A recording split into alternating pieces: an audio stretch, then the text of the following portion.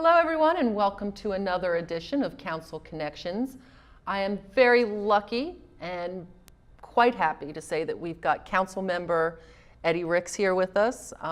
So thank you so much for coming in. There's a lot going on in the city right now, and I know you're excited to let the residents know what's going on. So why don't we start first? We've got the hospital kind of situated now. So let's inform the residents of what's going on with the MARC train station. Well, the City of Laurel and Councilwoman Donna Crary have been working very diligently for about a year and a half now to try and solve the problem. We have come up with a solution and that is that there are 7 flag stops up and down the Camden line. Mm-hmm. 3 of them currently exist at the racetrack now. If we convert those 3 into full-time stops and then pick up 3 others that are underutilized on the Camden line, then we will solve the problem. The racetrack will get its 6 stops and we will keep ours. Oh, that'd be great. Now, the issue, of course, for some people, if they've been living under a rock, but the issue was the MARC CSX, they were all talking about taking away the train stop at the historic train station. And Council President Ricks was going to have none of that. So he stood up and he's working hard to make sure that we keep our stop in our historic station. Well, Donna Crary has also been there with me as we've gone through this, as well as staff from the city. Mm-hmm. But in case someone doesn't know, a flag stop, unlike a regular stop, is where you just stand out on the platform at a designated time and you do like you would hail a taxi cab. You just hold up your hand and then the engine would stop. So it's an unscheduled stop.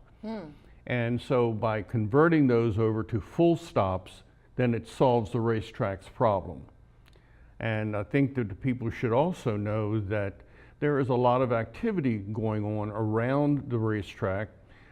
They are planning on a number of large barns. They're talking about bringing back the international race that some of our older citizens like myself would remember from years ago. Mm-hmm. So they're going to bring that back in 2017. They're looking to bring the Breeders' Cup to Laurel, and there's some talk about them bringing the Preakness from Baltimore to Laurel. That would be interesting. So the construction that they're doing over there, the money that they're putting in this project, the housing, the 1,000-unit housing development that's going in the Howard County side, are all going to impact Laurel greatly. And so we're very diligent and been working with state highways and with the different governments, and we're making sure that our roads and streets are going to be safe for the citizens. Yeah, because if you bring any of that into the city, that's going to create a lot of traffic issues too. So if you can keep the public transportation going, that's going to help tremendously. I agree. Something else, some of you might know that right in front of IHOP, there's basically like a welcome sign to Laurel. Right. And you said something is coming up with that. Well, as part of what we've liked to have done around Laurel is always be mindful of our heritage and the character and things like that. There is a wall that was built some 20-some years ago over near the IHOP in the center of the 2 Route 1s. And that wall, most people don't even know it's there. So it's been my intent to upgrade that wall. And on the wall is Welcome to Laurel, and it also has placards from different organizations throughout the city. Right. For example, the Lions Club. And so some of them are missing, some of the concrete needs to be pointed up, and the mayor agrees that we've got to put some time and some energy into that, and to maybe even light it and do some refurbishing and some planting of shrubs and that sort of thing in order to bring it up in character. It's right in the center of Laurel, so we might as well make it look nice, That's right? That's exactly the way we want to do it. Exactly. All right. Now, we've been putting out on the City of Laurel government Facebook quite regularly how Dorset Road has been closed for the upgrades that are happening. So why don't you fill us in on what's going on with that? Dorset Road is being upgraded, right? That's correct. The lower portion of Dorset Road between the 2 developments was not actually in the city. It belonged to the homeowners association over there. And they did not have the ways and means to bring it up to par. And it was crumbling, and the school buses were going across the road. And so it was quite a bit of a hazard. So we have been working with the homeowners association, the city council has, and we have taken that road over, and we are funding the reconstruction of the road. And so the second phase is now going into effect, where we will put in gutters and sidewalks and upgrade the whole area to bring it up to code so that the children and the residents in that particular area are safe. Yeah, we've been getting a lot of feedback on our Facebook page. People are like, well, we don't like the inconvenience of the road closure, especially once school started. It was hard for them to get around, but they're saying it's looking great, and they're going to be thrilled with what happens afterwards. So once the gutters and sidewalks are in, I'm sure there'll be a new road laid down, too. There'll be a new road, and like I said, it will be brought up to code, and that way the buses that weigh quite a bit and the other trucks that go up and down in that area will not be damaging the road as it was before. Fantastic. Yeah. So you've heard it here. It's almost done. We're this close. Almost there. Almost. So we're talking about prettying things up and, looking at areas that might have been neglected for a little bit. What about some vacant properties? What's going on with that around the city of Laurel? Well, we've had quite a few complaints. As you know, we've been going through a turmoil, not just here in Laurel, but all over, with the closures and the repossession of properties through banks going under and all this sort of thing. So what we are doing here is we are being mindful of the neighbors and people that are going through these types of things. And we're looking at legislation that we've found up in Hagerstown that will help us to bring some closure to some of the neighborhoods that have these vagrant properties and the different types of houses that are being left idle by banks and by other people. So we're looking at ways to make sure that these houses are done handled in a better way than they're handled now. Okay, good. And in some ways, we've also taken a look at where you can actually deconstruct a house.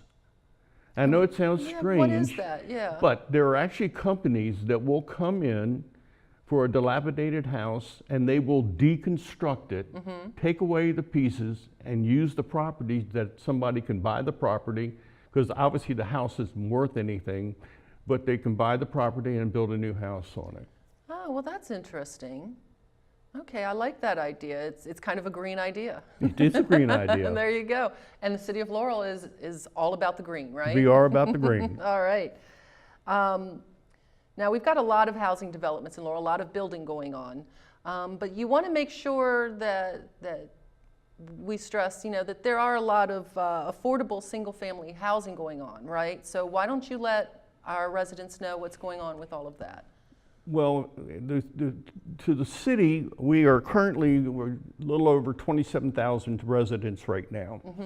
We currently have over 3,000 housing units, apartments, and some townhouses that are under construction or being rented out now. I feel, and I think the administration feels as well, that we have seen enough apartments. What I'm striving for now is single-family dwellings and or 55 and older development. Okay. So we've just finished our master plan, and so we're looking to have any other developer that comes into the city take a look at that, single-family houses and maybe a seniors development, housing development. Okay, and would you have any idea where this would happen? Well, there's different pieces of property that are throughout the city as we have annexed into other areas. Okay. So there is property available for that, and of course the city is always open to annexation. If someone has a piece of property and they want to bring it into the city, I'm sure we'd be mindful of taking a look at that. And speaking of annexations, you just had one at the work session the other the other night. That's correct. So what piece of property is coming, are you looking to bring into the city now? Well, this piece of property is located off of Van Dusen and Conti, and it's designated for townhouses, about 26 acres. Okay, and Strip Matter Strip Matter. is the company that would be building them? That's correct. Okay, excellent.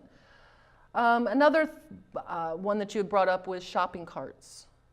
This is something that's a little bit of a pet peeve for me, and we've been working on legislation because the law that we had on the books was a little outdated. And it put more of an onus on the city to do most of the work, and retrieving the cart that's brought out of the shopping center or away from the store that it's assigned to, and just dropped off in the neighborhood. Right. And so this is a part of a blight to our neighborhoods, and the kids take them and they play on them and they get hurt or something like that. Right. So it's somewhat of a safety issue as well. So we are finalizing legislation that'll come up in an October work session that will put more of the onus on the store itself to retrieve the cart within a 24-hour period. And the mayor has come up with some guidelines to allow staff to tag the cart, date, take pictures of it so we have a record. And if the store doesn't pick it up within 24 hours, then we will confiscate it and they will get a fine. And you've had meetings, if I remember correctly, this was brought up earlier in the year. That's and correct. You've met with different businesses so that you all could That's come correct. to a compromise. That's correct. Okay, good. Well, is there anything else? I mean, there's so much going on in the city and there's going to be so much coming down the pike. Well, but is there anything else that you'd like to bring up? We took a sabbatical in August, and we really didn't take a sabbatical. No, but, never do. Never do. But nevertheless, we are starting our fall term, and we have a lot of things on our plate, and so we will be coming back to the citizens again and bringing them up to date as things happen. Waiting now for the MOU to get signed between CSX and the Maryland Department of Transportation. Right. For the train station. For the train station. So once we get that, we'll be making the final announcement that we have solved that problem and we can move on to other things. Phew, talk about a lot going on. Yes.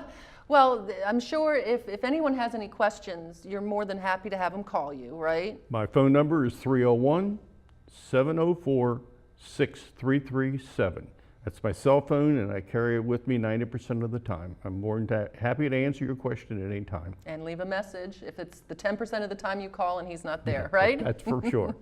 Well, thank you again so much for coming in, Councilmember Ricks. We really appreciate it. No, thank you. And if at any time you have any questions or whatever, you can always let us know on our City of Laurel, Maryland Facebook page. We also have Twitter at City of Laurel, at Laurel PIO, at Laurel City OEM. And so many ways, social media. There's no way you can't not get a hold of us. You can also call us at 301-725-5300. And be sure to keep tuning in to Laurel TV. There's a lot going on. LaurelTV.org has our programming schedule and all the different shows that we air. So make sure to check us out. Next time, we'll have another council member sitting in this chair. But right now, thank you for coming in. My pleasure. All right, you all have a good one. Thanks.